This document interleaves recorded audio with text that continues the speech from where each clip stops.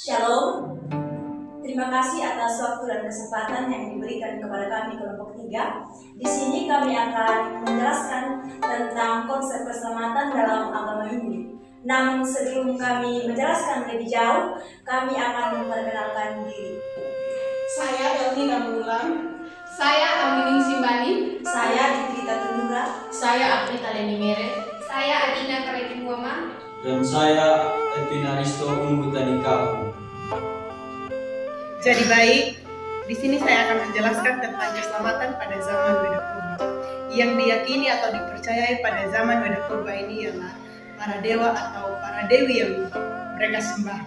Dan yang menjadi pusat pemujaan orang-orang Hindu pada waktu itu pada zaman Weda Purba ialah mereka harus mempersembahkan korban sebagai bentuk persembahan mereka kepada dewa atau dewi yang mereka percayai. Korban-korban itu dipersembahkan dengan maksud untuk mendapatkan kemurahan dari para dewa atau dewi yang mereka sembah agar mereka dihindarkan dari hal-hal yang tidak baik seperti permusuhan, roh jahat, sakit penyakit, dan lain sebagainya.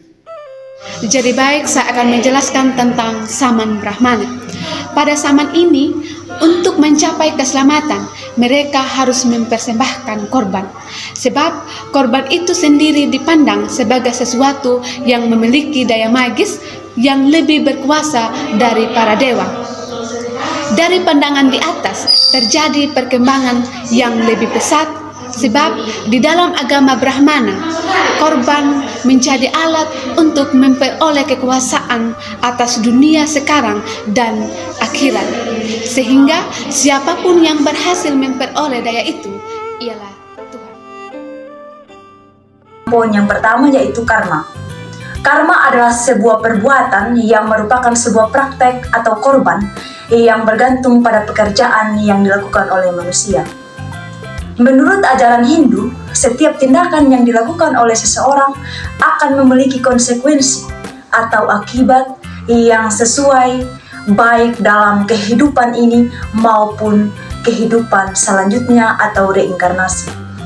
Dalam agama Hindu juga karma dipercayai sebagai faktor penentu dalam proses reinkarnasi, yang dimana jiwa seseorang akan berinkarnasi dalam kehidupan yang baru berdasarkan karma-karma yang dikumpulkan selama kehidupan sebelumnya.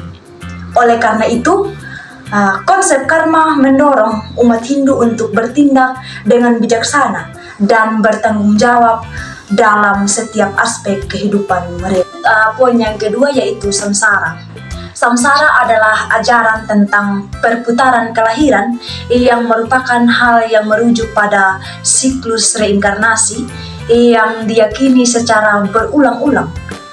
Konsep samsara ini menggambarkan bahwa jiwa seseorang tidak mati sepenuh setelah kematian fisik. Oleh karena itu, umat Hindu meyakini bahwa tindakan yang dilakukan dalam kehidupan yang akan memengaruhi nasib dalam kehidupan selanjutnya dalam rangka mencapai pembebasan dari siklus samsara itu sendiri. Kita masuk dalam poin yang ketiga yaitu kelepasan.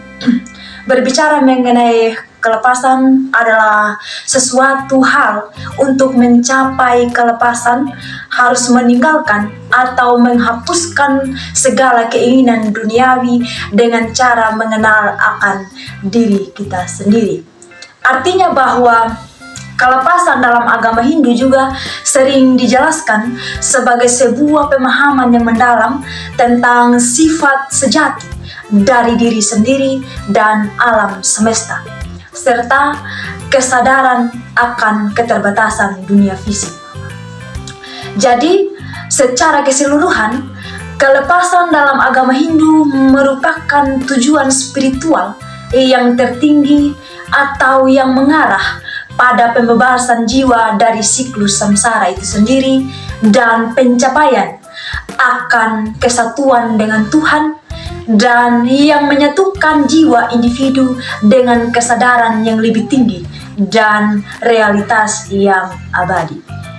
Mungkin hanya itu yang bisa saya jelaskan. Waktu selanjutnya saya kembalikan. Terima kasih. Di sini saya akan menjelaskan ada 8 tingkat peniadaan rintangan-rintangan kelepasan yang dapat dibagi menjadi 4 bagian, yaitu yang pertama, persiapan etis atau persiapan di bidang kesusilaan, yang terdiri dari ahimsa atau larangan membunuh, larangan membenci, larangan mencuri, larangan berbuat curang, dan menggigit. Dan secara positif, harus murni atau bersih lahir dan batin dan berbakti kepada Tuhan. Dan kita masuk yang kedua, yaitu persiapan badani, yang artinya bahwa orang harus menguasai gerak-gerik tubuh, menguasai nafas hidupnya, menguasai perasaannya, dan dengan ini segala keadaan jasmanianya harus dapat ditaklukkan kepada bagian ketiga, yaitu merenungkan. Dan kita akan masuk bagian yang ketiga, yaitu merenungkan. Merenungkan ialah orang harus menguatkan perhatiannya kepada sesuatu, dan supaya menjadi tenang sesudah mendapatkan sebuah ketenangan atau mencapai sebuah ketenangan, orang harus merenungkan sesuatu itu hingga akhirnya memuncak kepada bagian yang terakhir, yaitu samadhi. Samadhi di sini juga yang keempat adalah mengharuskan atau menghapuskan segala perasaan yang tidak baik atau mengosongkan hal-hal yang hal-hal duniawi yang tidak baik dalam kehidupan. Baik, saya akan menjelaskan bagian tujuan dan juga 4 jalan kelepasan menuju moksa. Yang pertama, tujuan. Tujuan keselamatan dalam agama Hindu yaitu untuk mencapai moksa dan kesejahteraan bagi umat manusia. Moksa adalah kebebasan dari segala ikatan duniawi. Ada 4 jalan kelepasan menuju moksa. Yang pertama, Jnana Yoga, ialah menyatukan diri dengan Sang Yang Widi dengan cara mengabdikan pengetahuan. Artinya, dengan pengetahuan yang dimiliki oleh seseorang, membantu ia untuk semakin dekat dengan Sang Yang Widi. Yang kedua, Bhakti Yoga, ialah menyatukan diri dengan Sang Yang Widi dengan cara melakukan sujud tulus ikhlas. Artinya, seseorang harus dengan jujur, dengan tulus, dengan ikhlas menjalankan setiap peraturan atau ketetapan yang sudah dibuat untuk membuat dirinya semakin dekat dengan Sang Yang Widi. Yang ketiga, Karma Yoga, ialah menyatukan diri dengan Sang Yang Widi dengan cara melakukan perbuatan atau amal tanpa pamrih. Artinya, seseorang harus melakukan perbuatan baik tanpa menuntut balasan. Yang keempat, Raja Yoga, ialah menyatukan diri dengan Sang Yang Widi dengan cara melakukan tapa brata, yoga, dan samadhi. Artinya, seseorang harus bisa menahan hawa nafsunya, menghapuskan perasaan duniawi, dan juga meninggalkan segala keinginan duniawi untuk mencapai moksa tersebut atau kehidupan yang baik.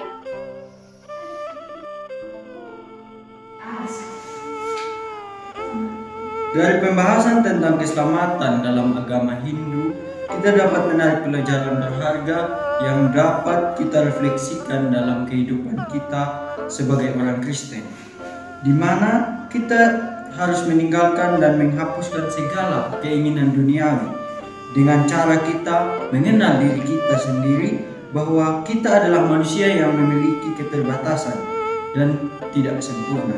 Untuk itu, kita diajarkan untuk menjaga perilaku dan menjaga tubuh kita dari hal-hal yang tidak baik serta mendekatkan diri kepada Tuhan Sang Pencipta.